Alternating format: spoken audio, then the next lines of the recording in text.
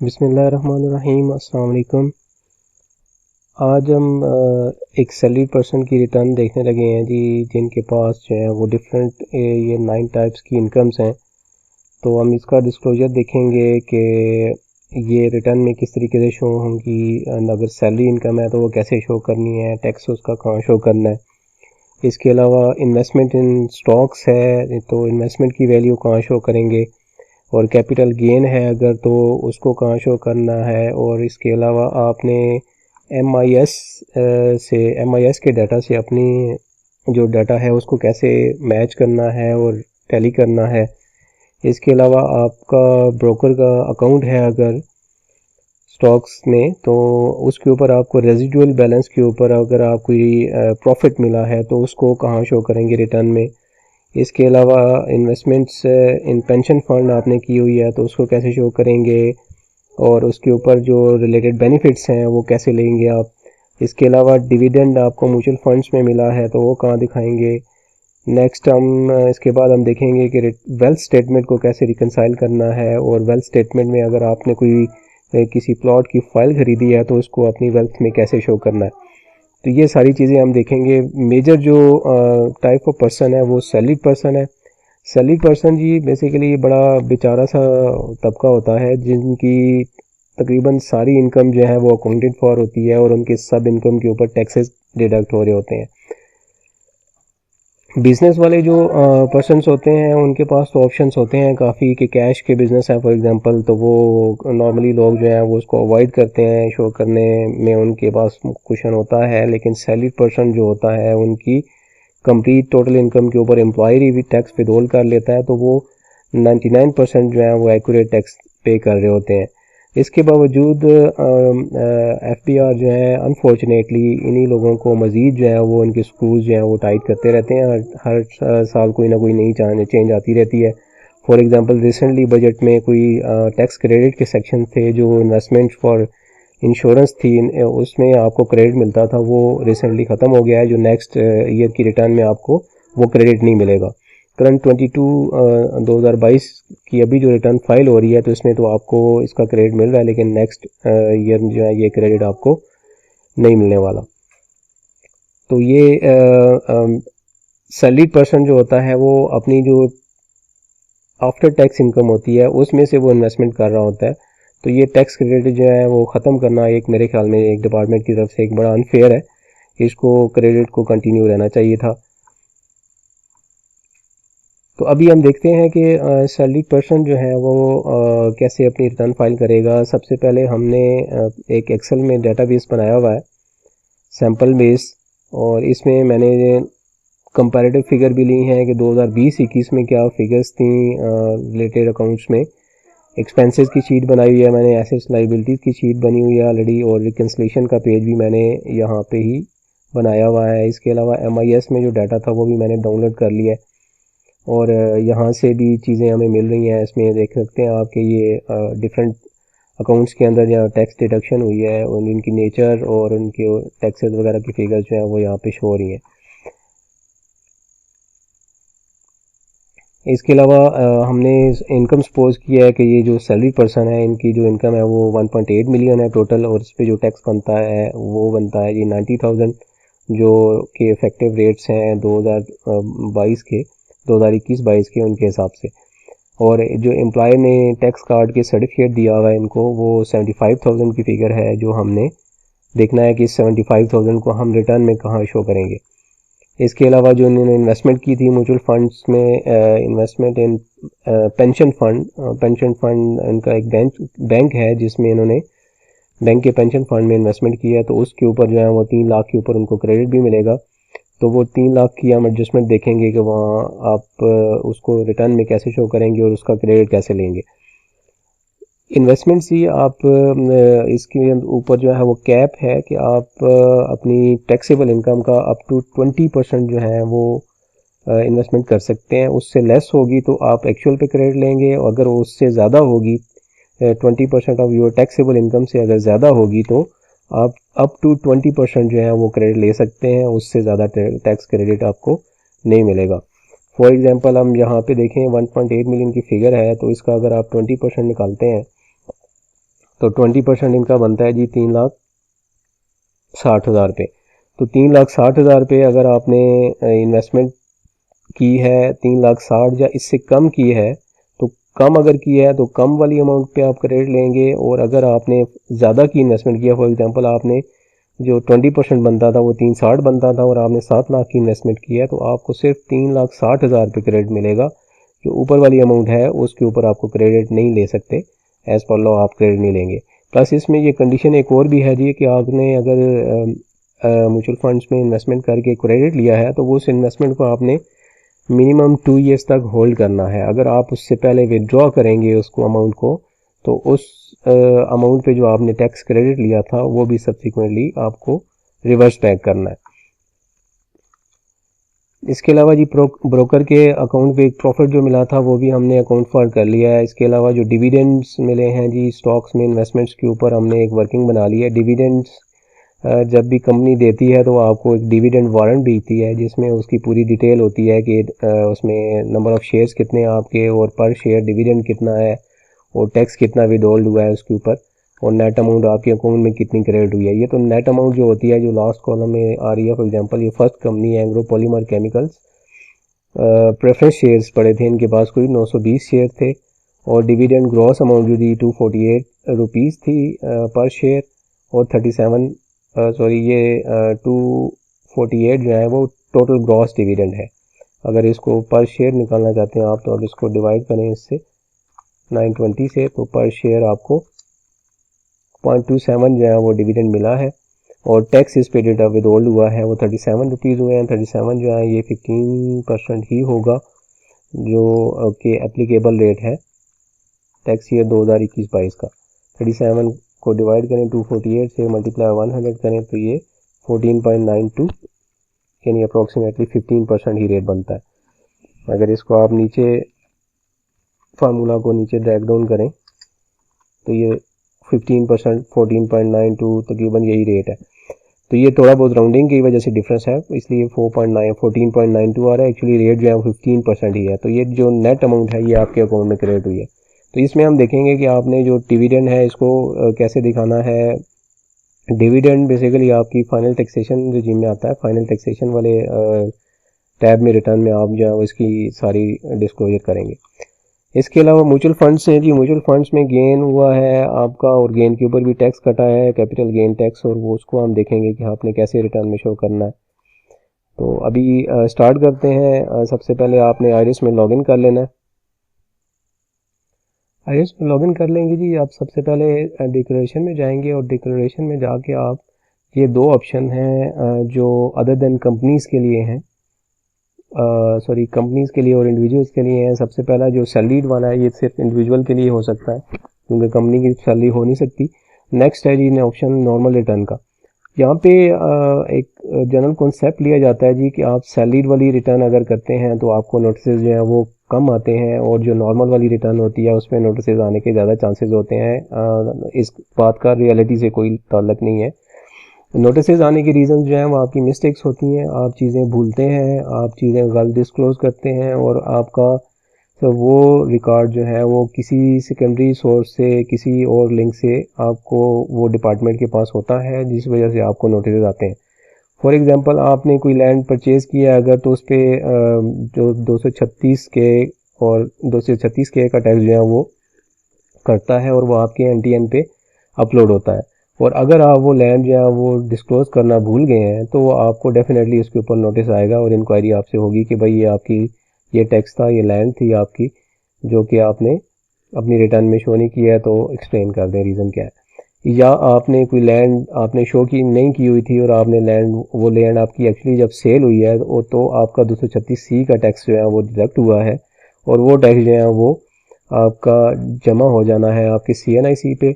और वो लैंड अगर आपने शो नहीं की हुई थी रिटर्न में तो आपको उसके ऊपर क्वेश्चन आएगा कि भाई ये लैंड आपकी सेल हुई है जो आपकी वेल्थ में नहीं आ रही थी, तो एक्सप्लेन करें रीज़न। तो ये इश्यूज जो नोटिस आने के होते हैं वो आपकी मिस्टेक्स होती हैं जिसकी वजह से आपको नोटिस आते हैं, या आप चीज़ें भूल जाते हैं तो नोटिस आते हैं। इसका रिटर्न फॉर्म से कोई लिंक नहीं है। आप salary return for individual classic वाला अगर फॉर्म फिल करके करें या नॉर्मल वाला करें तो इसमें कोई फ़र्क नहीं है। जो सैलरीड वाला फॉर्म है, अगर आपकी इनकम जो है वो सिंगल सैलरी ही है और कोई और सोर्स आपके नहीं है तो आप वो डेफिनेटली सैलरी वाली ही करेंगे। लेकिन आपके डिफरेंट सोर्सेज और भी आ रहे हैं तो आप जो है नॉर्मल वाली रिटर्न फाइल करेंगे। तो इस केस में मैं जो है वो नॉर्मल रिटर्न फाइल कर रहा हूँ। जो सैलरीड कंडीशन है लॉ में कि सैलरी वाली रिटर्न और नॉर्मल वाली रिटर्न उसमें उसका रेट से लिंक होता है कि आपकी अगर जो इनकम है वो सैलरीड इनकम है तो आपके जो एप्लीकेबल रेट्स होंगे वो सैलरी वाले लगेंगे, और जो अगर बिजनेस इनकम है तो उस पर रेट जो है वो बिजनेस वाले लगेंगे। इसका फॉर्म से कोई लिंक नहीं है। अगर आप नॉर्मल वाला फॉर्म भी करेंगे और आपकी सैलरी इनकम ही है तो आप पे सैलरी वाले रेट ही अप्लाई होंगे, बिजनेस वाले रेट अप्लाई नहीं हो सकते। तो ये अब मैंने यहाँ पे जो अभी रिटर्न शुरू की है, मैंने नॉर्मल वाली रिटर्न ही फाइल की है। मैंने इसके ऊपर कुछ वर्किंग स्टार्ट कर दी थी तो मैं उसी रिटर्न को खोल के एडिट कर लेता हूँ और उसको आगे कंटिन्यू करूँगा।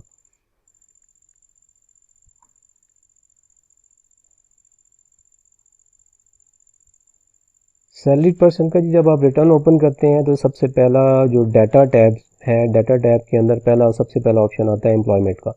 तो यहाँ आपने इसको जैसे क्लिक करना है तो ये ओपन हो जाता है और स्टार्ट ही रिटर्न जो है आपकी यहाँ से होती है। सबसे पहला जो आपने अपनी सैलरी डालनी है वो ये पहले जो रो है 1009 रो है, इसमें पे वेजेस और other remuneration including areas of salary, वो आपने अमाउंट यहाँ पे डालनी है। ये टोटल अमाउंट के ऊपर अमाउंट वाले कॉलम में आपने यहाँ पे अमाउंट डालनी है। अच्छा जी, यहाँ पे अगर आपको सैलरी के अलावा कोई मेडिकल अलाउंस भी फॉर एग्जांपल मिल रहा है मंथली बेसिस पे आपको, इर्रिस्पेक्टिव कि आपका कोई मेडिकल पे एक्सपेंस हुआ है या नहीं हुआ, तो और आपको एम्प्लॉयर जो है वो as per term of employment आपको मेडिकल अलाउंस भी दे रहा है मंथली बेसिस के ऊपर, तो वो आप यहाँ एग्जामेशन वाले कॉलम में डालेंगे। लेकिन इसके ऊपर एक रिस्ट्रिक्शन है कि आपकी बेसिक सैलरी का 10% तक आपको मेडिकल अलाउंस जो है वो एग्जाम्प्ट होगा। बाकी अमाउंट अगर आपकी सैलरी में और सैलरी के अलावा और कोई मेडिकल अलाउंस की अमाउंट है तो आप यहाँ पे टैक्सेबल अमाउंट में उसको डालेंगे। तो टैक्स की लाइबिलिटी बेसिकली आपकी एम्प्लॉयर की होती है। एम्प्लॉयर ने अपने सिस्टम्स को इस तरीके से डिज़ाइन किया हुआ होता है कि आपकी जो टोटल टैक्सेबल इनकम बनती है वहाँ पे एक्यूरेटली जो है कैलकुलेशन हो रही होती है और वो आप उसके ऊपर टैक्स ऑलरेडी कैलकुलेट हो रहे होते हैं।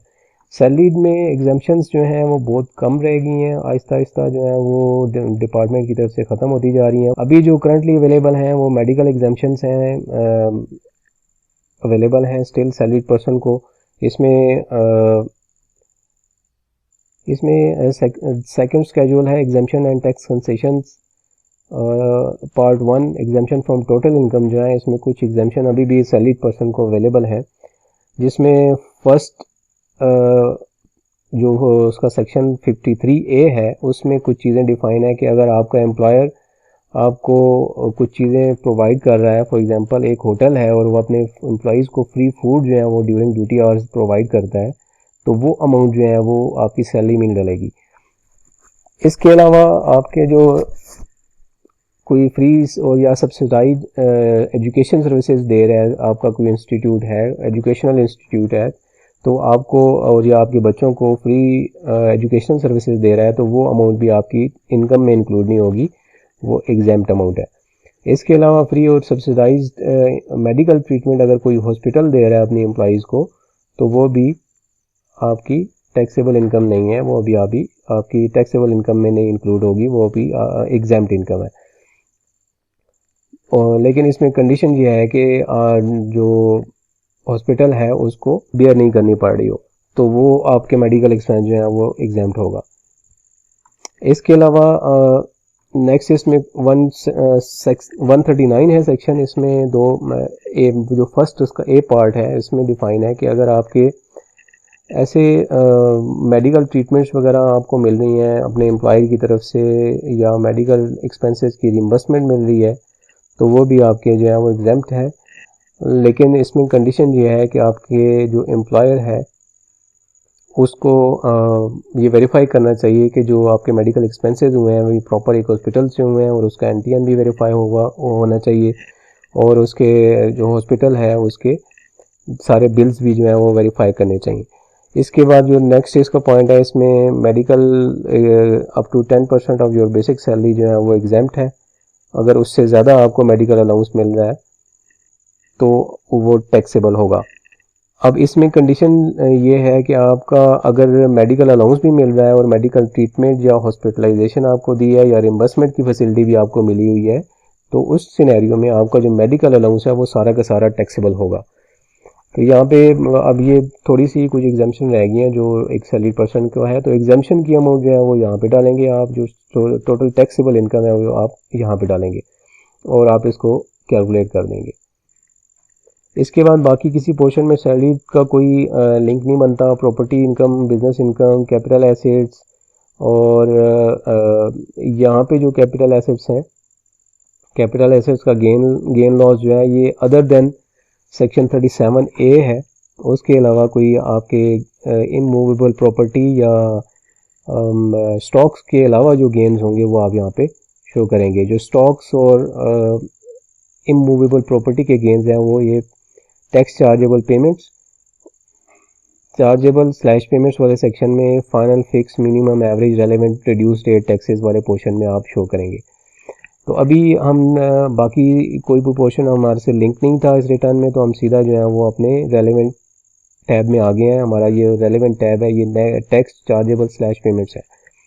यहाँ पे सबसे पहला जो है डिडक्टिबल अलाउंस है। डिडक्टिबल अलाउंस जो है वो आपने अगर ये as per income tax ordinance section 60 के हिसाब से अगर आपने कोई ज़कात दिया है और अगर आपने ये 60C प्रॉफिट ऑन डेट दिया है या 60D educational expenses of your children है, तो उनके कुछ टैक्स क्रेडिट्स हैं जो अभी हमारे पास ये अवेलेबल हैं, इसको आप यहाँ पे अमाउंट डाल देंगे। प्रॉफिट ऑन डेट जो है वो आपका हाउस लोन्स के ऊपर आपने कोई प्रॉफिट ऑन इंटरेस्ट वगैरह पे किया हुआ है किसी हाउस बिल्डिंग फाइनेंस को या किसी और स्केड्यूल बैंक को, तो वो आप जो है वो यहाँ पे इंटरेस्ट की फिगर जो है वो यहाँ पे डालेंगे और आपको इसकी डिडक्शन मिल जाएगी। ये डिडक्शन जो है वो स्ट्रेट फ्रॉम लेस होती हैं अमाउंट टैक्सेबल इनकम से। तो अगर आपका कोई ऐसा हाउस लोन है जिसके ऊपर आपने इंटरेस्ट दिया तो वो आपको यहाँ पे शो करेंगे। इसके अलावा एजुकेशनल एक्सपेंसेस में कंडीशन जो है ये कि आपकी अगर एनुअल इनकम जो है 1.5 मिलियन या उससे लेस है तो आपको बच्चों की एजुकेशन के ऊपर जो है वो टैक्स क्रेडिट मिलता है जो डील करता है 60D। इसकी कैलकुलेशन जो है वो इस तरीके से होती है कि आपने जो ट्यूशन फ़ी दी है, फॉर एग्ज़ाम्पल आपने एक बच्चा है जिसकी आपने ट्यूशन फ़ी जो है वो 10,000 दी है और एनुअल फ़ी आप निकाल लेंगे कि ट्यूशन फ़ी जो है वो एनुअल फ़ी 1,20,000 बनती है। तो फर्स्ट पॉइंट में आप कैलकुलेशन करेंगे 1,20,000 का 5% या आप 25% of your taxable income calculate करेंगे या आप कैलकुलेट करेंगे number of your children into 6,000 multiply by 6,000। अगर दो आपके बच्चे हैं और 6,000 जो है पर चाइल्ड अगर लगाया जाए तो 12,000 रुपये बनते हैं। तो ये तीन जो कैलकुलेशन बनी है, इन तीनों कैलकुलेशन में से जो भी लेस अमाउंट होगी उसके बराबर आपको टैक्स क्रेडिट मिलेगा। या अभी मैं जो पर्सन की रिटर्न कर रहा हूँ तो ये 1.8 मिलियन है, तो ये तो ऑलरेडी 1.5 मिलियन से ऊपर है, यानी 15 लाख से ज़्यादा इनकम है, तो इनके लिए यहाँ पे जो tax credit for educational expenses हैं वो अप्लाई ही नहीं हो सकता। तो अगर आपकी वो 1.5 मिलियन से इनकम कम है तो आप एजुकेशनल एक्सपेंसेस के अगेंस्ट टैक्स क्रेडिट भी ले सकते हैं जो कि बहुत मिनिमम सी अमाउंट बनेगी। ठीक है जी। इसके बाद capital gain 99A 9th schedule के आप यहाँ पे शो कर सकते थे। इसके अलावा टैक्स रिडक्शंस हैं, कुछ टीचर या रिसर्चर्स या मेडिकल प्रोफेशंस से लोग मुंसलिक हैं, मेडिकल प्रोफेशन एजुकेशनल प्रोफेशन से आप अगर लिंक हैं तो आपको टैक्स क्रेडिट मिलता है। इसके अलावा टैक्स रिडक्शन बहबूद सर्टिफिकेट्स है। इसके अलावा बाकी ये कुछ टैक्स क्रेडिट्स हैं जो टैक्स रिडक्शंस हैं जो कि आपको एक्स सर्विसमैन के लिए हैं। 50% और 75% ऑफ इमूवेबल प्रॉपर्टी आपने अगर 1 साल रखी है या 3 साल से ज़्यादा रखी है तो वो 75% मिलेगा। इसके बाद टैक्स क्रेडिट का पोर्शन है। टैक्स क्रेडिट्स में जो ये हमने शो करना था 3 लाख रुपया जो हमने अप्रूव्ड पेंशन फंड में इन्वेस्टमेंट की है, तो अप्रूव्ड पेंशन फंड में हमने ये जो अमाउंट डाली थी कि 3 लाख रुपए हमने इन्वेस्टमेंट की है अप्रूव पेंशन फंड में करंट ईयर में, तो हमने वो अमाउंट यहाँ पे डालनी है एलिजिबल अमाउंट वाले कॉलम में। इसके ऊपर जो टैक्स क्रेडिट आपका कैलकुलेट होके आ चुका है वो 15,000 बनता है। ये जो टैक्सेबल क्रेडिट है, क्रेडिट जो होते हैं वो आपकी टैक्स लाइबिलिटी से लेस होते हैं। यहाँ डिडक्टेबल अलाउंसेज और टैक्स क्रेडिट में फ़र्क ये है कि डिडक्टेबल अलाउंसेज आपकी टैक्सेबल इनकम से लेस होते हैं। फॉर एग्जांपल आपकी टैक्सेबल इनकम 18 लाख है और आपने कोई डिडक्टेबल अलाउंसेज दिए हैं जो फॉर एग्जांपल 1 लाख रुपए के बनते हैं, तो आपकी जो टैक्सेबल इनकम 1 लाख रुपए लेस होकर 17 लाख रुपए बन जाएगी।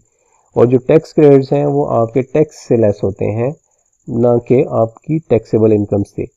तो ये टैक्स फॉर एग्जांपल आपका अगर टोटल 18 लाख पे 90,000 रुपये बनता था, तो 90,000 रुपये जो है वो 15,000 रुपये लेस हो गए हैं और 15,000 लेस करके आपका जो टैक्स है वो 75,000 बन गया। तो ये टैक्स लाइबिलिटी से जो है वो टैक्स क्रेडिट लेस होते हैं। तो यहाँ पे हमने जैसे अमाउंट डाली और इसको रिकैलकुलेट किया तो ये 15,000 रुपये जो है टैक्स क्रेडिट कैलकुलेट होके आ चुका है। इसके अलावा बाकी भी इसमें टैक्स क्रेडिट्स अभी अवेलेबल हैं। चैरिटेबल डोनेशंस हैं, अंडर सेक्शन 61 है, इसके अलावा 62 और 62A जो है वो हेल्थ इंश्योरेंस जो है कुछ क्रेडिट्स में अभी ख़त्म हो चुके हैं, जो नेक्स्ट ईयर में आपको नहीं मिलेंगे।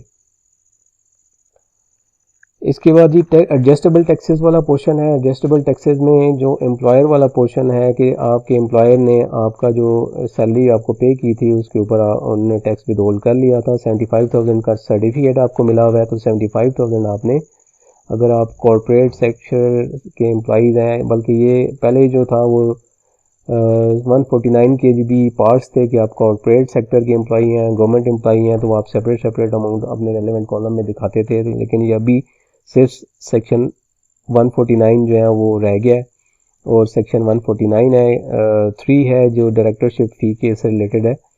तो अभी आपने सीधा इस कॉलम में जो टैक्स डिडक्ट किया है सप्लायर आपके एम्प्लॉयर ने, वो आपने यहाँ पे 75,000 की अमाउंट शो कर देनी है। इसके अलावा आपका यहाँ से कोई और टैक्स जो है वो आपने अगर टेलीफोन वगैरह पे आपका कोई टैक्स डिडक्ट हुआ है, या आपकी कैश विड्रॉल जो है वो बेसिकली अभी तो ख़त्म हो चुका है। पहले अगर आप एक्टिव टैक्स पेयर हैं तो आपका कैश विड्रॉल पे टैक्स जो है वो ख़त्म हो गया है, पहले ये टैक्स अवेलेबल था। तो अगर वो आपका डिडक्शन हुई थी इनके ऊपर तो आप यहाँ पे उसको शो करेंगे। Rent of immovable property under section 155 आपने अगर कोई दिया हुआ है तो वो यहाँ पे आप शो करेंगे। अगर आपने कोई गाड़ी के ऊपर टोकन टैक्स वगैरह दिया हुआ है तो वो आप यहाँ पे शो कर सकते हैं। तो ये टेलीफोन वाला पोर्शन जो है 236A1A और सेलफोन बिल हैं, इसके अलावा प्रीपेड कार्ड्स हैं या phone unit under section 236(1)C है। तो ये टैक्सेस आप यहाँ पे शो कर सकते हैं जो कि आपके एडजस्टेबल टैक्सेस हैं। इसके अलावा या आपका कोई इंटरनेट का कनेक्शन लगा हुआ है और उसके ऊपर आपने टैक्स दिया है, जैसे एयरटेल है या PTCL का टेलीफोन का आपका इंटरनेट का बिल है, उसके ऊपर भी टैक्स एडवांस टैक्स चार्ज होता है, तो वो भी टैक्स जो है वो आप यहाँ पे शो करेंगे। अभी तक हमने रिटर्न में 2 पोर्शन कवर कर लिए हैं। एक जो है हमने सैलरी डाल दी है, दूसरा हमने जो टैक्स क्रेडिट बनता था investments in pension fund, approve pension fund, तो वो हमने डाल दिया है। और जो एम्प्लॉयर का टैक्स बनता था वो एडजस्टेबल टैक्सेस में जाके हमने वो अमाउंट पुट कर दी है। इसके अलावा जो है वो एडजस्टेबल टैक्सेस में कोई और अमाउंट नहीं है, इनका मोबाइल या टेलीफोन या और कोई टैक्स इस नेचर का नहीं था जो हम यहाँ पे डाल सकते। तो इसके बाद जी हम नेक्स्ट एडजस्ट करेंगे इनके जो कैपिटल गेन्स हैं उसको। अब इस पोर्शन में जी आपका डिविडेंड इनकम, आपकी कैपिटल गेन ऑन सिक्योरिटीज़ और आपके ब्रोकर के ऊपर जो ब्रोकर के अकाउंट पे जो आपको प्रॉफिट मिला है, वो तीनों चीज़ें जो है आप यहाँ पे शो करेंगे। डिविडेंड के लिए जी सेक्शन 150 है जो डिविडेंड को डील करता है। सबसे पहले हम डिविडेंड को देखते हैं कि हमने डिविडेंड कहाँ डालना है। तो डिविडेंड यहाँ पे डलेगा जो आपका रेट आ रहा है 15%। हमें पता है कि हमारे जो डिविडेंड हमें मिला था उसके ऊपर 15% टैक्स विदहोल्ड हुआ है, तो हम यहाँ पे उसको डालेंगे। तो हम देख लेते हैं कि डिविडेंड की अमाउंट कितनी है। ये डिविडेंड है जी, टोटल डिटेल हमने जो बनाई हुई थी। टोटल ये डिविडेंड जो है उसकी फिगर है 11,622।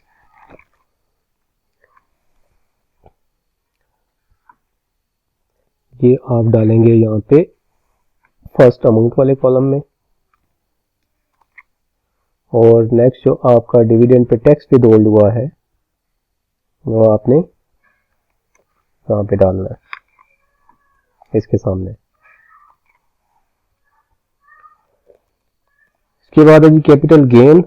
कैपिटल गेन आपका, कैपिटल गेन टैक्स जो है आपका विथहोल्ड हुआ है। यहाँ पे हम एक चीज़ ऐड करना भूल गए थे, जिसमें म्यूचुअल फंड्स के ऊपर भी इनका कोई कैपिटल गेन है, सॉरी डिविडेंड है, वो भी हमने इसको वहाँ पे ऐड करना है। टोटल अमाउंट जो है 11,622 है। 1,700 रुपये इस पे टैक्स विथहोल्ड हुआ है जो कि 15% ही बनता है, तो वो दोनों जो है वो हम इसके साथ ऐड कर देंगे। बल्कि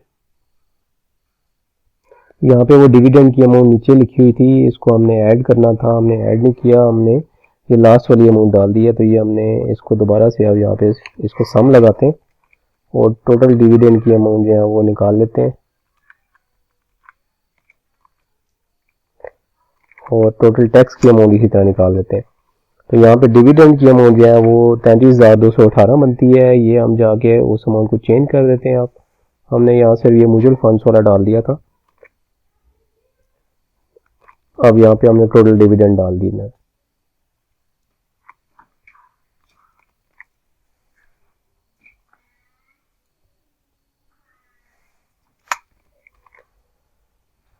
ये हो गया जी डिविडेंड का पोर्शन।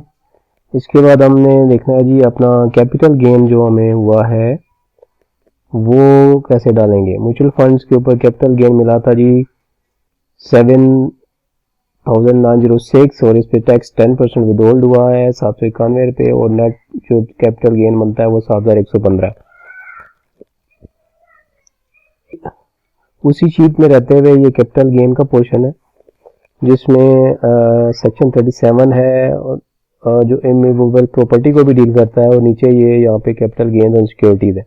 तो यहाँ पे आपका जो 10% टैक्स विदहोल्ड हुआ है कैपिटल गेन के ऊपर, तो यहाँ इस पोर्शन में आप उसको शो करेंगे। टोटल कैपिटल गेन था हमारा 7,906, ये हम यहाँ पे डालेंगे फर्स्ट कॉलम में, और नेक्स्ट कॉलम में हम डाल देंगे इसका जो टैक्स विदहोल्ड हुआ है 791 रुपीज़।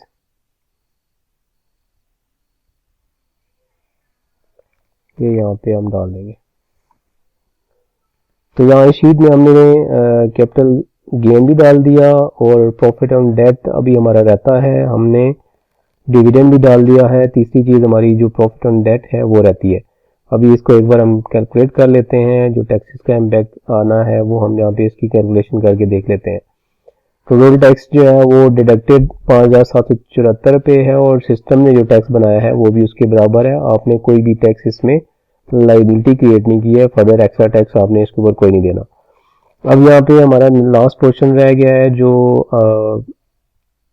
हमें ब्रोकर के अकाउंट के ऊपर प्रॉफिट मिला था, उसको हमें कहाँ अकाउंट फॉर करना है। तो प्रॉफिट के लिए आप इसको प्रॉफिट ऑन डेट है उसको आप यहाँ पे सिंपली कंट्रोल F करें और यहाँ पे लिखें प्रॉफिट ऑन डेट। फर्स्ट जो ऑप्शन आया ये for investment in federal government securities है, ये पोर्शन रेलेवेंट नहीं है। इसके बाद नेक्स्ट देखें under section 151 54A second schedule, ये भी रेलेवेंट पोर्शन नहीं है। इसके बाद हम नेक्स्ट देखते हैं नेशनल सेविंग सर्टिफिकेट्स, ये भी नहीं है। इसके बाद profit on date section 7B, ये रेलेवेंट सेक्शन है हमारा। Amount not exceeding 5 million, 5 million से अगर अमाउंट एक्सीड कर रही होगी तो यहाँ आप नहीं दिखा सकते। 5 मिलियन से अगर लेस है तो आप यहाँ पे दिखाएंगे। इसमें सबसे पहले आप यहाँ पे प्लस को क्लिक करेंगे और यहाँ पे आप अपना जो ब्रोकर का अकाउंट है उसको दिखाएंगे, ब्रोकर अकाउंट।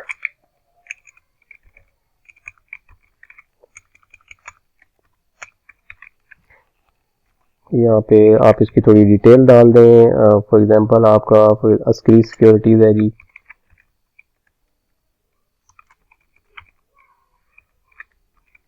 या कोई और आपका जो भी ब्रोकर है उसको यहाँ पे डिटेल डाल दें, और आपका अकाउंट नंबर जो है वो भी आप यहाँ पे डाल सकते हैं, जो ब्रोकर का अकाउंट नंबर होगा आपका। यहाँ पे इसको ओके आप करेंगे जैसे ही, तो आपका ये नया पोर्शन यहाँ पे डल गया। आप इस जगह पे आप इस अमाउंट को शो करेंगे। 2628 रुपये हैं, 2628, और इस पे जो टैक्स विथहोल्ड हुआ है वो आप यहाँ पे दिखाएंगे। टैक्स आपका विथहोल्ड हुआ है जी 394 रुपीज़, 394। आप इसको दोबारा रिकैलकुलेट करते हैं, हम चेक करते हैं कि हमारी कोई लाइबिलिटी एक्स्ट्रा तो नहीं बनी।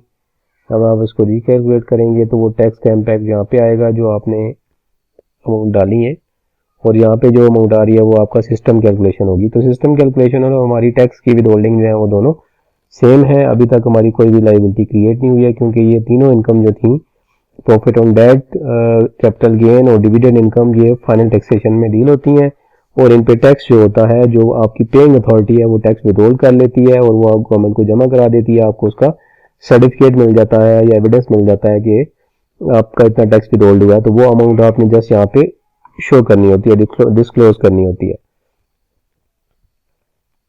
अभी इनकम सारी हमने अकाउंट फॉर कर ली है। अभी हम देखते हैं नेक्स्ट MIS रिपोर्ट को जाके कि MIS रिपोर्ट में क्या डाटा है, और ये हमारी रिटर्न से मैच भी करता है कि नहीं, हमने कोई चीज़ भूल तो नहीं गए।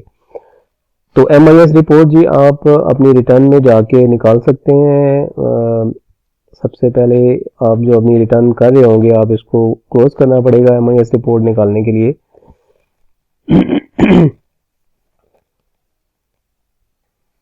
जब आप ये मेन टैब में आ जाते हैं, जहाँ पे आप जैसे ही MIS में आइरिस पे लॉगिन करते हैं तो फर्स्ट विंडो खुलती है। इसमें ये ऑप्शन आ रहा होता है बिल्कुल एंड के ऊपर, टॉप के ऊपर, MIS इंफॉर्मेशन सेंटर। तो ये आप इंफॉर्मेशन सेंटर को क्लिक करें। इसके बाद यहाँ पे ऊपर जो मेन टैब्स बने हुए हैं, इसमें आप पेमेंट्स डिटेल में जाएं,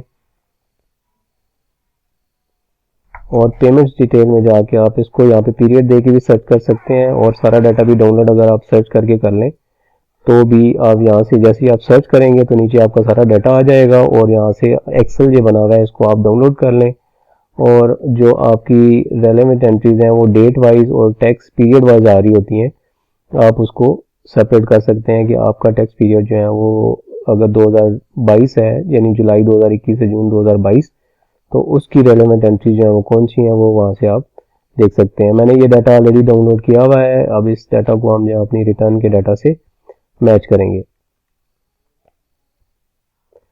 यहाँ पे सबसे पहले डिविडेंड्स आ रहे हैं जी। डिविडेंड्स एम्प्लॉयर सैलरी वगैरह आ रही है। सैलरी का जो टैक्स है ये तो हमने अकाउंट फॉर कर लिया था। डिविडेंड्स जो है ये भी हमने अकाउंट फॉर कर लिए हैं। तो यहाँ पे अगर देखें तो ये प्राइस बॉन्ड्स जो हैं ये कुछ निकले हैं इनके, और इनके ऊपर टैक्स विथहोल्ड हुआ है जो कि हमने अभी तक नहीं दिखाया हुआ। तो ये जो प्राइस बॉन्ड्स वाले टैक्सेस हैं ये भी आपने दिखाने हैं, और ये वाले टैक्सेस जो हैं ये भी डील होते हैं अंडर फाइनल टैक्सेशन। आपका स्टेट बैंक जो है इसके ऊपर टैक्स विथहोल्ड कर लेता है और गवर्नमेंट को जमा करा देता है। ये टैक्स, इसका रेट जो है वो फाइलर के लिए 15% था। यहाँ पे हमारी टैक्सेबल अमाउंट नहीं आ रही, तो इसको निकालने के लिए आप सिंपली ये करें कि आपका रेट जो है 15% विथहोल्ड हुआ था, तो आप इसको डिवाइडेड बाय 15% करें, डिवाइडेड बाय 15%, तो आपकी बेस अमाउंट आ जाएगी। तो ये 9,300 और ये 18,500, और ये दो भी आपके प्राइस बॉन्ड्स की अमाउंट्स हैं जो बेस अमाउंट्स हैं प्राइस की। तो ये आप इसका टोटल देख लें कि टोटल अमाउंट कितनी बनती है। टोटल अमाउंट बनती है 46,600। तो वापस हम रिटर्न में जाएंगे, और रिटर्न में जाके वही final fixed minimum average relevant tax में जाएंगे, और इसमें आप कंट्रोल F करें और प्राइस बॉन्ड लिखें।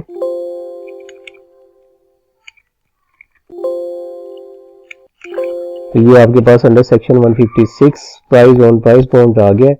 यहाँ पे आप जो है वो फर्स्ट कॉलम में आप अपनी टोटल अमाउंट दिखाएंगे कि टोटल अमाउंट कितनी बनती थी प्राइस की, 46,600 है, 46,600।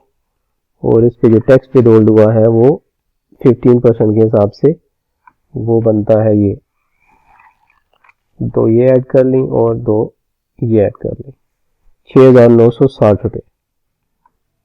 तो 6,960 रुपये आप यहाँ पे दिखा देंगे। तो ये MIS से इंफॉर्मेशन देखने का ये फ़ायदा होता है जी कि अगर आप कोई चीज़ भूल गए हैं तो वो आपको यहाँ से दोबारा से मिल जाती है और आप इसको अपनी रिटर्न में अकाउंट फॉर कर लेंगे। ये MIS डाटा जो है वो रेडीली अवेलेबल होता है FBR के साथ, FBR के पास। अगर ये चीज़ आप मिस कर गए तो डेफिनेटली आपको इसके ऊपर नोटिस आएगा, जिसके बहुत ज़्यादा चांसेस होते हैं।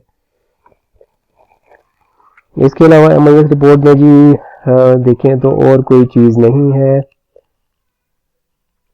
ये एक withdrawal from pension fund account आ रही है under section 23A of part 1 second schedule. ये एवरेज रेट ऑफ टैक्स जो है वो विदहोल्ड हुआ है, और ये मैंने एक और वीडियो में इसके ऊपर डिटेल से चीज़ें बताई थी कि किस तरीके से आपने रिटर्न में शो करना है। अगर आपने इसका डिस्क्लोजर देखना है तो मेरी दूसरी वीडियो आप देख सकते हैं, मेरे चैनल पे अवेलेबल है, जिसमें मैंने आपको ये दिखाया है कि आप अगर पेंशन फंड से आपने विड्रॉल की हैं और उस पर आपका टैक्स विदहोल्ड हुआ है, एवरेज रेट ऑफ टैक्स तो उसको कैसे शो करना है वो उस वीडियो में सारी डिटेल अवेलेबल है।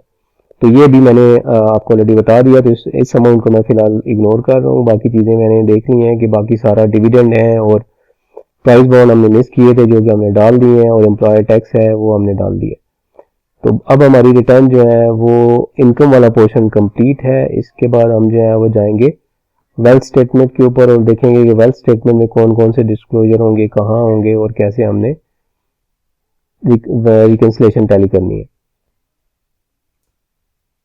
एक बार हम इसको रिकैलकुलेट कर लेते हैं।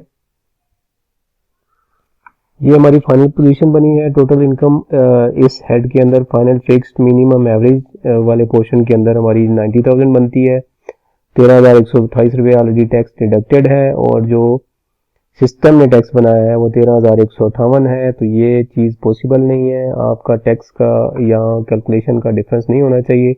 इसको रीज़न इसकी ये हो सकते हैं कि या तो कोई एंट्री हमने किसी गलत पोर्शन में डाली है, तो या हमने की कोई टैक्स की अमाउंट जो है वो सही पुटअप नहीं की है, यहाँ डिफरेंस के चांसेस जो है वो नामुमकिन है। तो यहाँ पे अगर ये देखते हैं 46,600 वाली अमाउंट जो प्राइस बॉन्ड्स के ऊपर हमने टैक्स डाला है, यहाँ पे आई थिंक हमने मिस्टेक कर दी है, 6960 के बजाय 6990 होना चाहिए था ये टैक्स, 6990 हम डाल देंगे। हम इसको MIS इंफॉर्मेशन में जाके रिकन्फर्म भी कर लेते हैं, इन दोनों को हम ऐड करेंगे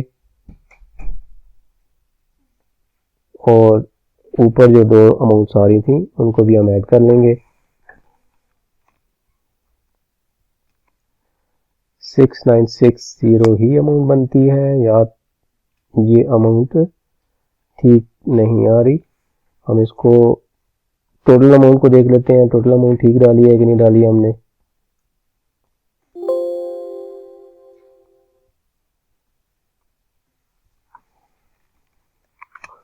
ये दो अमाउंट्स ऐड हो गई और ये दो अमाउंट्स ऐड हो गई, 46,400 टोटल अमाउंट बनती है। तो यहाँ हमने 400 के बजाय 600 लिख दिया है, जो कि हमने टोटल टैक्सेबल अमाउंट जो है वो गलत लिखी है। 46,400 और जो टैक्स था उसकी अमाउंट जो थी वो ठीक थी, हमने सही डाली हुई थी, वो अमाउंट दोबारा से हम चेंज कर देंगे। तो इस पोर्शन में टैक्स का डिफरेंस नहीं आ सकता। आपका जो पेइंग अथॉरिटी है उसने एक्यूरेट टैक्स विदहोल्ड किया होगा।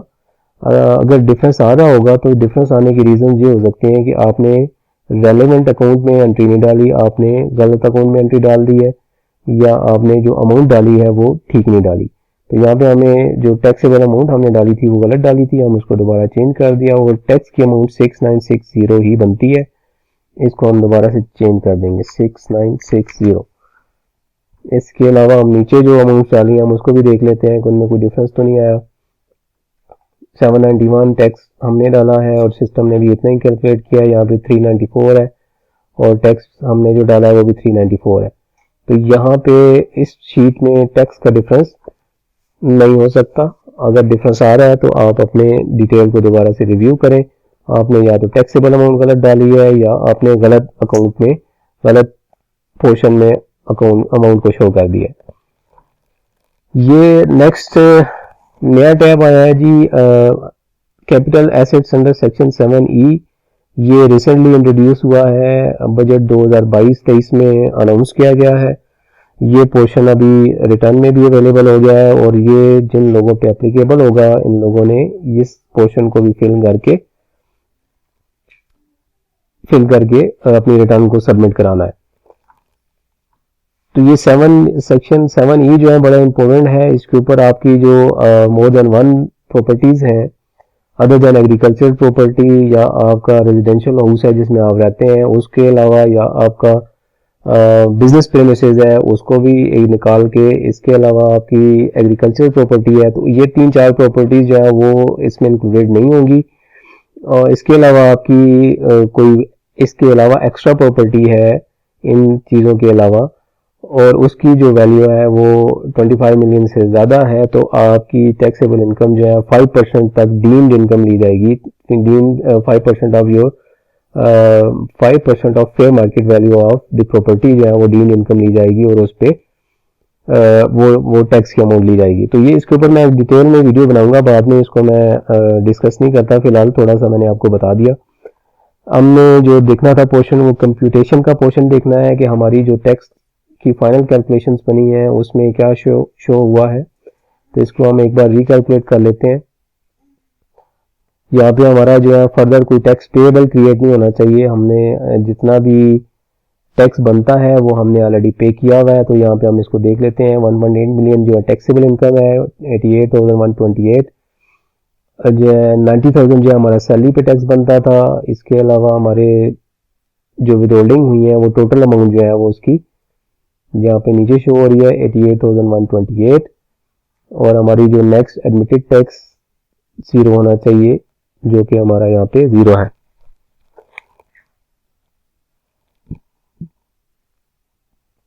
अगर कोई टैक्स की अमाउंट यहाँ पे अगर बन रही होगी तो आपको दोबारा से अपनी डिटेल्स रिव्यू करनी है और उसको देखना है कि यहाँ पे कोई भी एंट्री आपने गलत डाली होगी या गलत अकाउंट में डाली होगी तो जिस वजह से आपका अमाउंट टैक्सेबल बन रही होगी, टैक्स पेएबल बन रहा होगा। यहाँ पे 90,000 जो है वो आपकी सैलरी इनकम का ग्रॉस 1.8 मिलियन पे टैक्स कैलकुलेट हुआ है।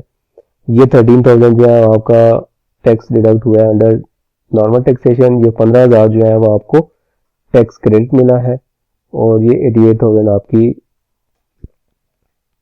टैक्स चार्जेबल बनता है। और नेक्स्ट जो आपका एडवांस टैक्स है वो आपका ये आ रहा है जो आपने ऑलरेडी जमा कराया हुआ है, नीचे आपकी कोई भी लायबिलिटी नहीं बनती। तो हमारी जो इनकम टैक्स वाला पोर्शन था वो डन है। इसके बाद हम चले जाते हैं जी वेल्थ स्टेटमेंट पे। वेल्थ स्टेटमेंट में अगर इसको हेडिंग वाइज देखा जाए तो इसके 3 पोर्शन है जी। एक पोर्शन है पर्सनल एक्सपेंसेस का, दूसरा पोर्शन है एसेट्स और लायबिलिटीज का और तीसरा पोर्शन है जी रिकंसिलेशन का जिसमें हम अपनी करंट इनकम को और अपने एसेट्स के अंदर मूवमेंट को रिकंसाइल करते हैं।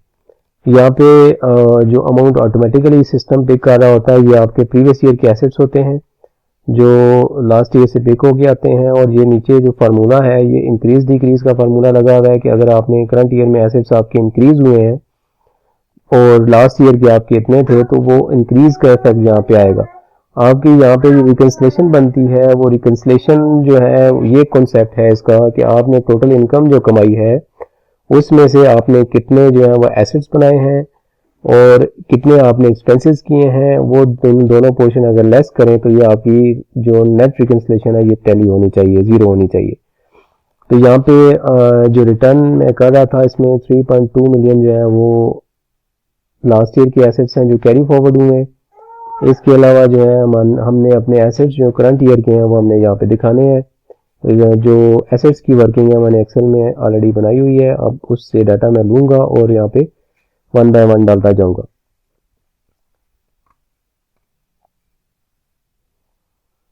एसेट्स और लायबिलिटीज में सबसे पहले जी आपकी आ जाती हैं एग्रीकल्चरल या रेजिडेंशियल या कमर्शियल प्रॉपर्टीज।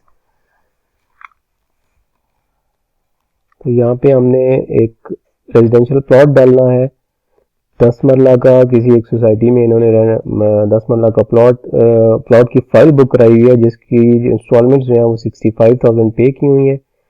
तो इसको हमने सबसे पहले आप यहाँ पे देखें commercial, industrial, residential property, non business जो है आपने यहाँ पे शो करनी है। इस प्लस को आप क्लिक करेंगे तो एक टैब ओपन हो जाएगा जहाँ सबसे पहले आप उसका एड्रेस देंगे, लोकल एरिया जो भी है आप यहाँ पे डालेंगे, और इसके अलावा आप इसको नीचे डिटेल देंगे, रेजिडेंशियल है,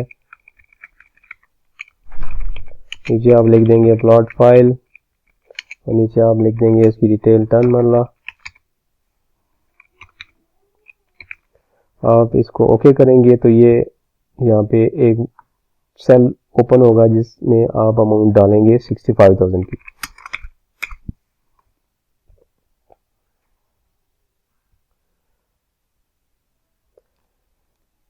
नेक्स्ट में है जी आपका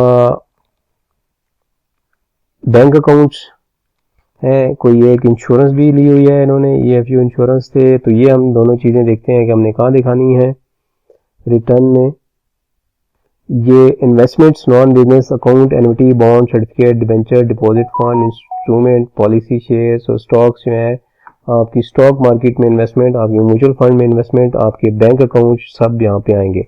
यहाँ पे आप बैंक का IBN डालेंगे या इंस्टीट्यूट का नाम लिखेंगे कि HBL है, कौन सा बैंक है। नीचे आप लिखेंगे जी करंट अकाउंट है और आप इसके ओनर हैं, और नीचे आप डायरेक्ट लिखेंगे कि 100% आपका शेयर है, इसमें कोई जॉइंट अकाउंट वगैरह नहीं है। जब आप इसको ओके करेंगे तो आपके पास यहाँ पे अमाउंट डालने के लिए एक सेल इनेबल हो जाएगा। आप यहाँ पे बैंक अकाउंट की अमाउंट डाल देंगे। लास्ट ईयर का डाटा ये था, करंट ईयर का डाटा ये है। यहाँ पे एक प्लॉट की फाइल और भी है जो हम करंट ईयर में डालना भूल गए। ये कोई और सोसाइटी में एक और फाइल इन्होंने ली है, तो इसको हम जहाँ से क्लिक करेंगे और यहाँ पे एड्रेस लिखेंगे, यहाँ पे जो सोसाइटी है उसका नाम डालेंगे, ABC सोसाइटी जो भी है, और यहाँ पे आप उसका डिटेल देंगे कि कितने मरले है, 7 मरला की फाइल है। तो ओके करेंगे और यहाँ पे जो अमाउंट आपने पे किया है वो आप यहाँ पे डाल देंगे।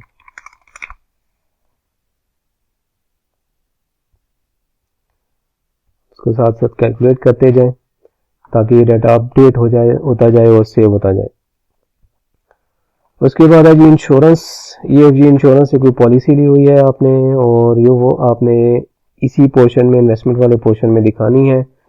यहाँ पे आप उसकी डिटेल दे दें कि इंश्योरेंस पॉलिसी नंबर क्या है, फॉर एग्जांपल T123456।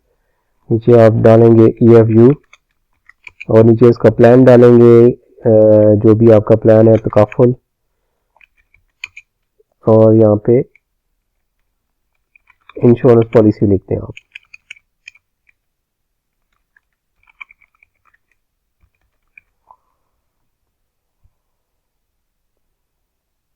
ओके करेंगे, सेल इनेबल हो जाएगा। यहाँ पे आपने अमाउंट डाल देनी है। अमाउंट है जी लास्ट ईयर में 2 लाख थी, करंट ईयर में 3 लाख है। तो ये अमाउंट आप यहाँ से कॉपी करेंगे और यहाँ डाल देंगे। नेक्स्ट क्या है जी, नेक्स्ट म्यूचुअल फंड की इन्वेस्टमेंट्स हैं। मीज़ान बैंक में इन्वेस्टमेंट्स की हुई हैं इन्होंने, जिसकी करंट वैल्यू जो है वो 6,17,818 है। ये जून के ऊपर आपको सर्टिफिकेट मिल जाता है, वेबसाइट से भी आप डाउनलोड कर सकते हैं। ये जो आपकी करंट वैल्यू होगी वो आप यहाँ पे दिखाएंगे। मीज़ान बैंक, नीचे आप डिटेल दे दें, म्यूचुअल फंड, इसमें दे दें पेंशन फंड।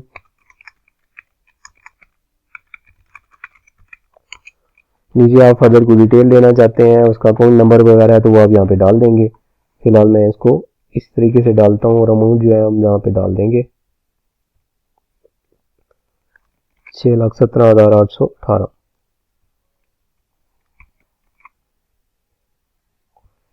ओके जी, नेक्स्ट हम देखते हैं जी वेल्थ में क्या रह गया है।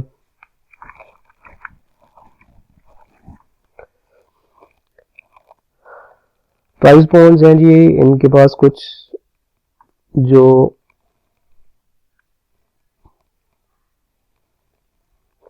प्राइस बॉन्ड नहीं बल्कि ये बैंक अकाउंट है मीज़ान का, मीज़ान में कोई और अकाउंट है इनका, तो वो आप इसी पोर्शन में ऐड करेंगे। यहाँ पे बैंक का IBN नंबर डालेंगे, PK24 इस तरीके से होगा, ठीक है। और नीचे आप उसकी डिटेल देंगे, करंट अकाउंट,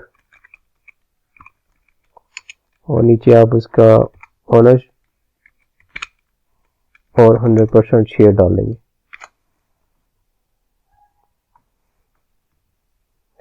यहाँ पे आप इसकी अमाउंट डाल दें, अमाउंट है 52,048। एक्सेल में डिटेल्स बनाना जो है वो बहुत बेनिफिशियल होता है। आप इसमें लास्ट ईयर के कंपैरेटिव डाटा भी डाल रहे होते हैं, तो आप इस वजह से कोई हेड ऑफ अकाउंट मिस करने के चांसेस बहुत कम होते हैं। तो आप डिटेल एक दफ़ा जब बना लेते हैं तो उसको सिस्टम में जस्ट जाके कॉपी पेस्ट ही करना होता है। नेक्स्ट पोर्शन है जी प्राइस बॉन्ड्स हैं कुछ 71,250 के, ये आप जाके इसी पोर्शन में डालेंगे।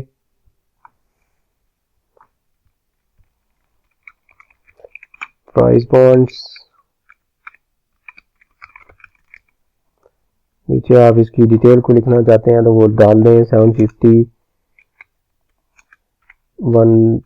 200 या जो भी उसका ब्रेकअप है आप उसको डाल सकते हैं। 1500 के शेयर्स हैं, प्राइस बॉन्ड्स हैं आपके, तो इसके अंदर आपने जाके 71,250 रुपीज़ इन्वेस्टमेंट वाले पोर्शन में डाल देना।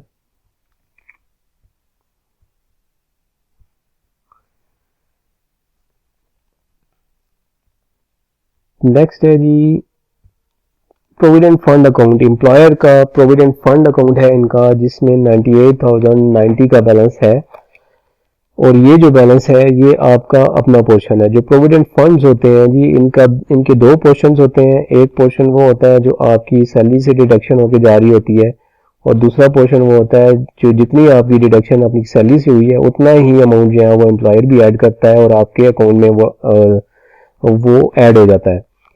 तो यहाँ पे आपने जो अपनी रिटर्न में पोर्शन दिखाना है प्रोविडेंट फंड का, वो आपने सिर्फ अपना वाला पोर्शन दिखाना है। जो एम्प्लॉयर का पोर्शन है वो आपने यहाँ पे शो नहीं करना। तो इसी पोर्शन में आप इसको ऐड करेंगे और इस तरह आप लिख दें प्रोविडेंट फंड अकाउंट। नीचे आप डिटेल दे दें, एम्प्लॉयर आपकी डिटेल नाम आ जाएगा, उसका एम्प्लॉयर का नाम आ सकता है यहाँ पे, वो लिख दें और यहाँ पे इसकी अमाउंट डाल दें 98,090।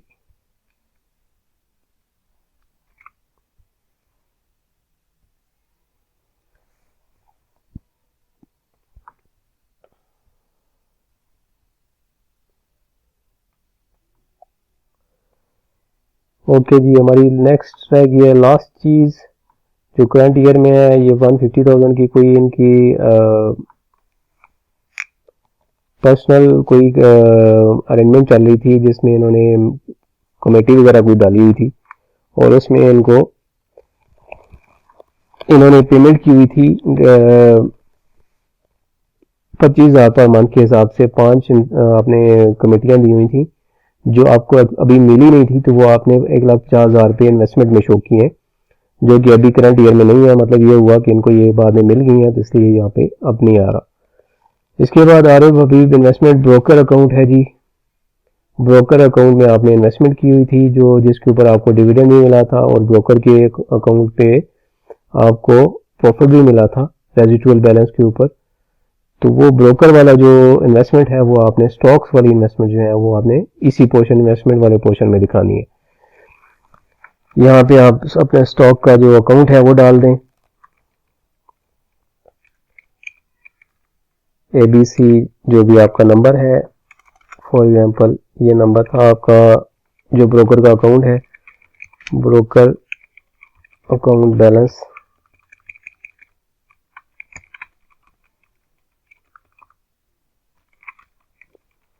और नीचे आप उसका डिटेल दे दें कि ब्रोकर कौन है, ब्रोकर का नाम आप डाल सकते हैं। ओके करें और यहाँ पे अमाउंट डाल दें।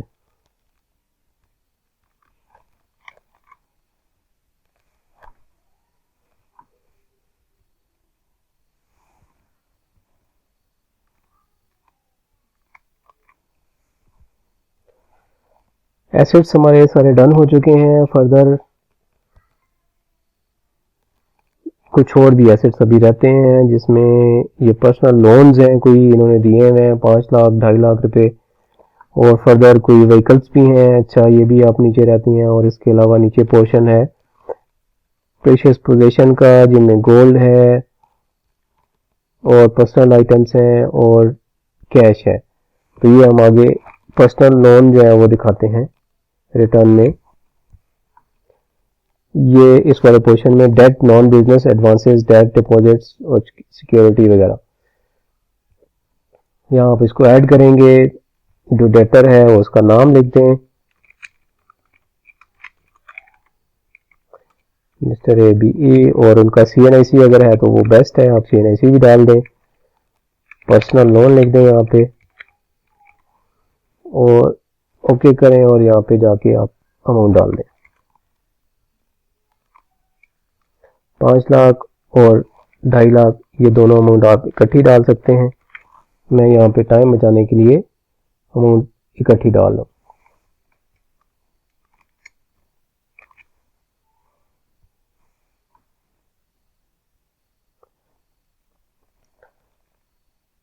नेक्स्ट है जी व्हीकल्स का पोर्शन।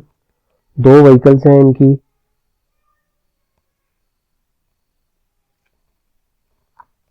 एक कोई 150cc मोटरसाइकिल है और एक जो है वो कोई गाड़ी है, जो आप यहाँ पे मोटर व्हीकल वाले पोर्शन में मोटर व्हीकल नॉन बिजनेस यहाँ पे दिखाएंगे। आप प्लस को ऐड करेंगे, यहाँ पे गाड़ी का रजिस्ट्रेशन नंबर डालेंगे,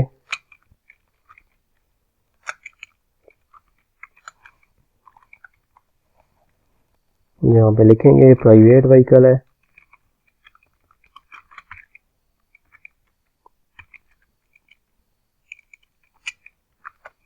सुजुकी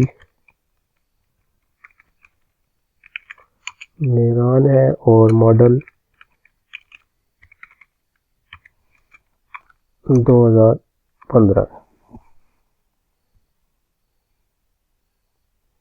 और यहाँ हम अमाउंट डाल देंगे 8,50,000। नेक्स्ट है जी मोटरसाइकिल। मोटरसाइकिल भी आप इसी पोर्शन में दिखाएंगे, यहाँ पे उसका रजिस्ट्रेशन नंबर डालेंगे,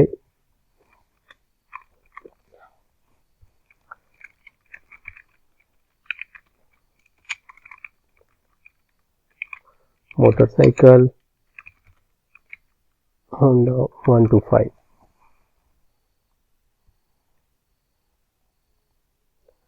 और यहाँ पे इसकी अमाउंट डाल देंगे 54,500।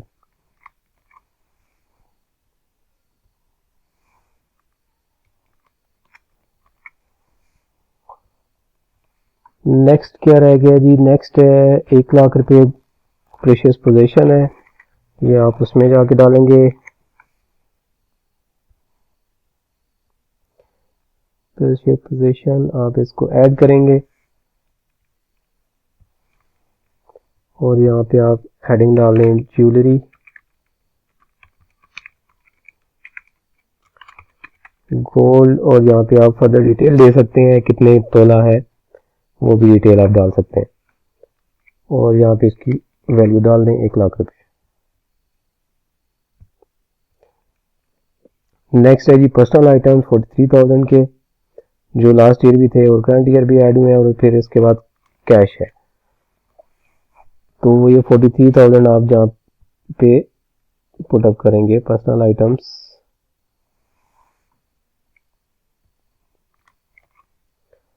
और इसके बाद कैश नॉन बिजनेस,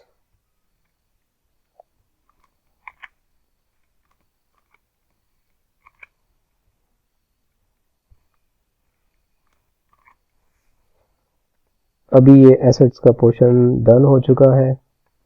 इसके बाद आप इसको एक दफ़ा रिकैलकुलेट कर लें ताकि आपकी सारी एंट्रीज का इम्पेक्ट आ जाए।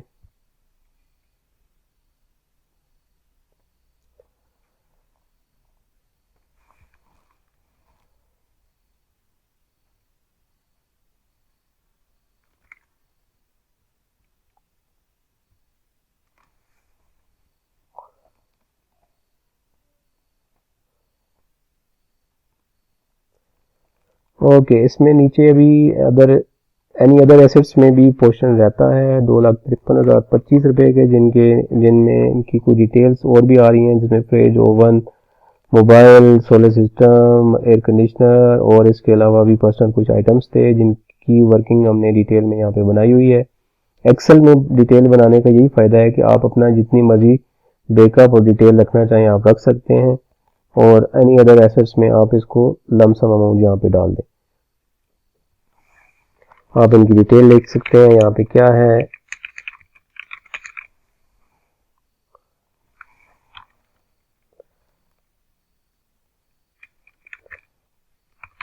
मोबाइल, फ्रिज,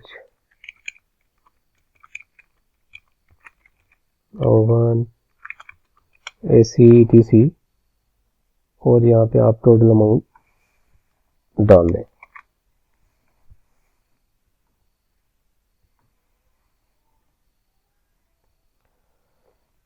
तो करंट टोटल बन गया जी 4827621। इसको आप रिकैलकुलेट करके चेक कर लें कि इतना ही बनना चाहिए।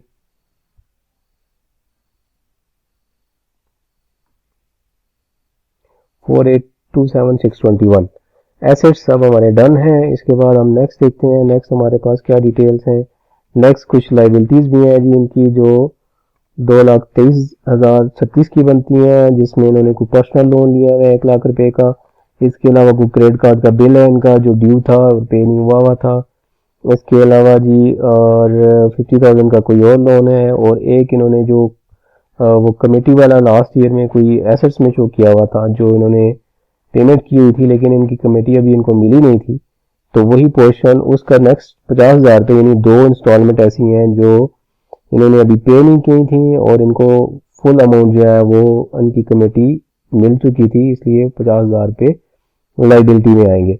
तो ये 2,23,036 की लाइबिलिटीज हैं। मैं इनको डिटेल में नहीं डालता, टोटल ऐड कर रहा हूँ। आप इसको यहाँ पे प्लस को क्लिक करके पूरी डिटेल में डाल सकते हैं।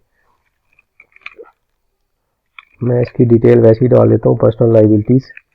ठीक है जी, लोन शोन जो भी हैं आप इसकी डिटेल यहाँ पे डाल दें और ओके करें, और यहाँ पे ये सेल इनेबल जो हुआ है इसमें अमाउंट डाल दें। तो 253,025 की जो है लाइबिलिटीज है। एसेट्स और लाइबिलिटीज का पोर्शन डन है। अब इसके बाद रिकंसिलिएशन का पोर्शन आ जाता है। आप इसको रिकैलकुलेट करें।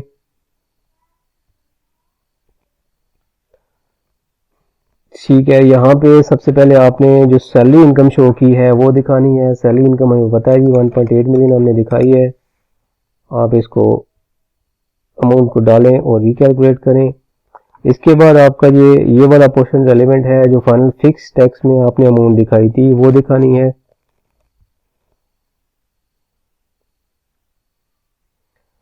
$90,152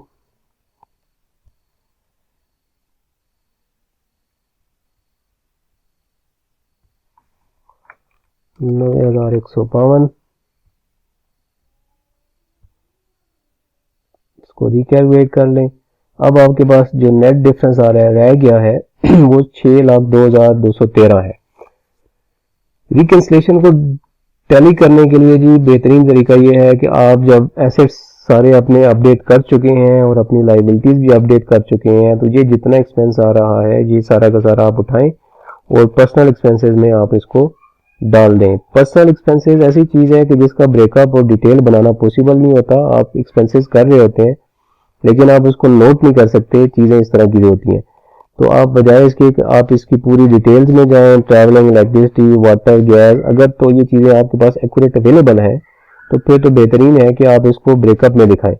अगर ये चीज़ें आपके पास अवेलेबल नहीं है तो जब आप रिटर्न के पोर्शन में अपनी एसेट्स और लाइबिलिटीज सारी डन कर लें तो आप इसका जो टोटल नेट डिफरेंस आ रहा है 602 213 सारा का सारा उठाएं और पर्सनल एक्सपेंसेस में यहाँ पे शो कर दें। Other personal house hold expenses 602 213। आप इसको रिकैलकुलेट करें और फाइनल रिकंसिलेशन के पोर्शन में जाएं। यहाँ पे एंड पे आपका जो डिफरेंस है 703,000 का, ये जीरो होना चाहिए। जब तक ये जीरो नहीं होगा ये रिटर्न सबमिट नहीं हो सकती। तो ये जैसे ही आपका जीरो है, अब आपकी रिटर्न फाइनल डन है। आप इसको यहाँ से जाके पहले आप पिन डाल के वेरीफाई करेंगे और वेरीफाई करने के बाद इसको सबमिट कर देंगे। आई होप कि चीज़ें डिटेल में मैंने डिस्कस की हैं तो आप लोगों को समझ आ गई होंगी। काफ़ी वीडियो भी लंबी हो चुकी है क्योंकि मैंने ऑलमोस्ट हर एरिया कवर किया है और बड़ी डिटेल में बताया है। लेकिन फिर भी अगर किसी का कोई क्वेश्चन हो, कोई चीज़ समझ नहीं आई तो आप मेरे से कमेंट सेक्शन में पूछ सकते हैं, मैं आपको उसका जवाब दूंगा। वीडियो देखने का बहुत शुक्रिया। वीडियो अगर अच्छी लगी हो तो लाइक भी कर दें और चैनल को भी सब्सक्राइब कर दें और बेल आइकन को भी प्रेस कर दें। बेल आइकन को प्रेस करने से ये होता है कि जो भी वीडियो मेरी लेटेस्ट अपलोड होगी आपको उसका अलर्ट मिलेगा और वो वीडियो आपको इजीली अवेलेबल हो जाएगी। अपना बहुत सारा ख्याल रखिएगा। Thank you. अल्लाह हाफिज़।